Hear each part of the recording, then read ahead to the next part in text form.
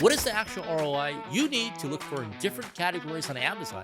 There's so many different categories, just books, clothing, groceries, and much more. In this video, you'll learn what the perfect ROI is for each of the most popular Amazon categories when you are doing arbitrage or wholesale. Stick around because you're about to hear insider tips from 11 top Amazon sellers. My name is Samuel, and let's get to business. Of course, the higher ROI, the better, but you do have to be realistic at some point. So in terms of a minimum, it would depend on a few factors. If we're talking about a very fast-moving product where you can recoup that ROI very quickly, I'd be willing to take a little less ROI. So I'd go as low as maybe 20%, 30% ROI. Whereas if you have a slower mover, may take you longer to sell, then I'd go for a higher ROI. I would say it also depends on the price points. The more expensive the item gets, it's impossible to achieve that 100% or 200% ROI. The higher the price of the item, the lower the ROI you kind of have to accept. But if you're talking about buying items for $1 and making $1 profit, you need to be at that 100% ROI range. So it's a few different factors. It's the price point and it's the velocity at which it moves. But in general, you want to be probably at least 20% ROI up to several hundred percentage points. Are there different ROI percentage that you would choose for different categories of products?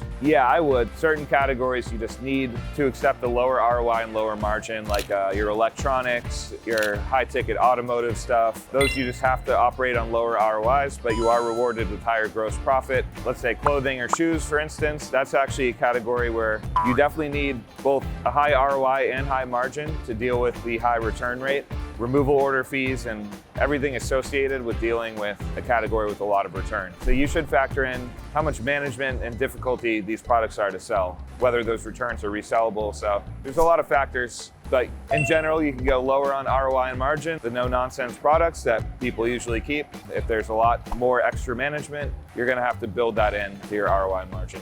So for me, I used to go back and forth. I used to be more lax and it's like, oh, 20%, $3. But now it's higher. It's like 40, 50% ROI. I want to see at least $5 to $10 profit per item, just because increasing fees, returns, stuff like that. It does depend on the category. For example, if you're selling groceries or some health stuff, customers can't return that, so it's a little less risky. Maybe I'll go like 25%. It really just depends on the product, how much of it I could sell. For the most part, I like to shoot for higher ROI, just gives me more cushion. A typical online arbitrage, I would say beginners should probably stick to like 30, 40% minimum ROI, the very base of what you're looking for. For me, probably more like 50, 60 is my minimum ROI that I would accept in my store. What about profits? Do you have like a number for profits as well? If I'm getting like multiple units and it's gonna be easy to prep and ship, I'll do like a $10 profit. Otherwise, I go for higher ASP, higher profit items.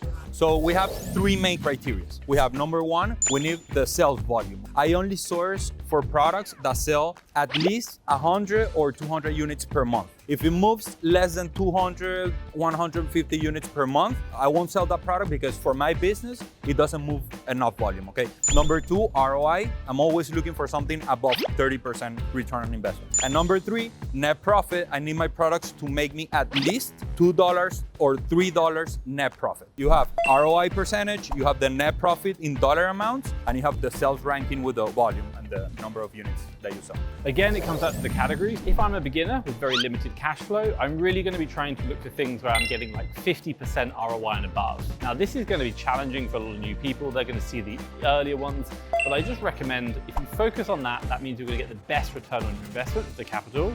Now, when we start moving into the more popular categories, we look at things like 30 to 40% ROI. And if you've got a lot of capital, we'd even go something down to like 25, maybe even 20, if you can turn your stock quicker. At the end of the day, the way I think about the whole equation isn't specifically ROI, it's getting the best ROI I can while spending all the money. There is no point getting a 50% ROI on a product if I've still got $10,000 sat in the bank account. That's not going to help. So get the money invested first and then really optimize the ROI as high as possible. Margins or ROI? It's two different things. A lot of people are confused. They think ROI is the same thing as margin. Let's talk about in the margin sense. So I think you shouldn't sell the product that gives you less than 10%. It could be any model. If you're doing arbitrage, wholesale, private label, 10%, it's a bare minimum. Whatever is higher than that is good. So you don't look at ROI at all? I don't look at it because the product can cost you $1. You can have a $1 profit, so it's 100% ROI. So I really like to see the margins. That's where I do my analysis. That's how I do my calculation. For books, I look at like the actual profit. So I want at least $4 profit. So if I'm gonna spend $3, I want to bring back at least $7, so I make $4 profit. So in the book world, it's like, what's my minimum profit I'm going to accept? And then in the book world also, it's as the sales rank goes up, that means the sales velocity goes down. We need the profit to go up too. So if we're gonna sell a book with a 5 million rank, which may only sell one time a year, we want it to make us $100 profit. When it comes to wholesale, I consider ROI, but it's kind of the same thing. Like, you don't want a lot of cheap products, because if you have cheap products, all it takes is Amazon to raise the fee $1, and if your margin's $1, all of a sudden it's gone. And so I like to have margin on my product. You know, at least $10 is generally pretty nice. I'll get a $5 profit product if it's gonna sell fast, you know, and if it only costs me a couple bucks, yeah, that's great. A lot of my margin for wholesale is about 35–40%, which is pretty good for wholesale. And so I care a lot about margin and probably less about ROI. Our shoppers are instructed to buy a minimum of 50% ROI and $8 to $10 profit, because we have to factor in prep costs, storage fees, and sourcing costs. So $8 and 50% is the bare minimum that we'll sell. $8 or 50% ROI? It has to be both. So I don't want them to bring me a product with $8 net profit but 20% ROI. There's not enough margin on the product. So typically for us, it's around a $2.50 profit dollar amount per sale and a 10% gross margin on that item. So if one of those doesn't check the box, we do not buy it. And then we're looking for Amazon on the listing, typically less than 80% buy box share. We like to look for multiple sellers on the offer, so it's not like a brand exclusive or something where you may get kicked off. And then we're analyzing the competition and deciding how much buy box we'd be able to win, and then making an estimation purchase based on that data. And for this estimation purchase, how do you determine how many units should you buy? For example, listing selling 3,000 units a month, right? And there are 10 sellers on there. We're just going to assume for this example that it's equal buy box share, which we all know it never is. Right. Assuming it's equal, we would be the 11th seller, right? So we divide 3,000 by 11 and purchase about 275 units, right? But there's always, it's not a perfect world. So we'd analyze who's winning the buy box, you know, how much inventory the sellers have, and we make an educated decision. It's a mixture of both. We do, you know, the Mario, the Zeldas, the stuff that we could sell 10 copies of a day when we're able to pick up quantity of games. But a lot of the games that we pick up, we might only find 1 or 2 or maybe 5 units of, because it's so rare. Some of the ranks and stuff that goes, like, we might sell games that are ranked, you know, 50,000, 60,000, but like there might only be 1 or 2 sellers. So like I wouldn't buy, say, a 50K ranked game and there's 200 sellers on it. Like, I mean, you might get 1 sale a year if you're lucky.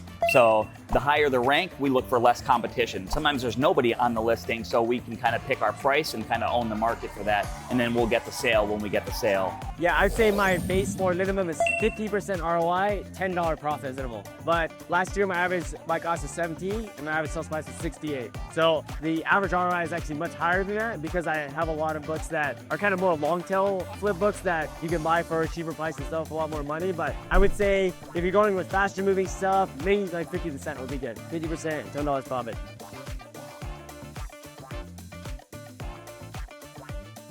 So now you heard exactly how top Amazon sellers choose ROI and profit margins before they decide to resell a product. Before we end our video, make sure to subscribe to our channel to not miss upcoming content with insider Amazon sellers tips. And one last important thing I want to share regarding ROI is that the BQool Repricer just had a new update, which helps you instantly see your ROI and how much money you will be making for your different min and max prices and that of your current selling price. Check out this feature because it's going to help you quickly understand your ROI and decide how to set your min and max prices. I'll see you in our next video.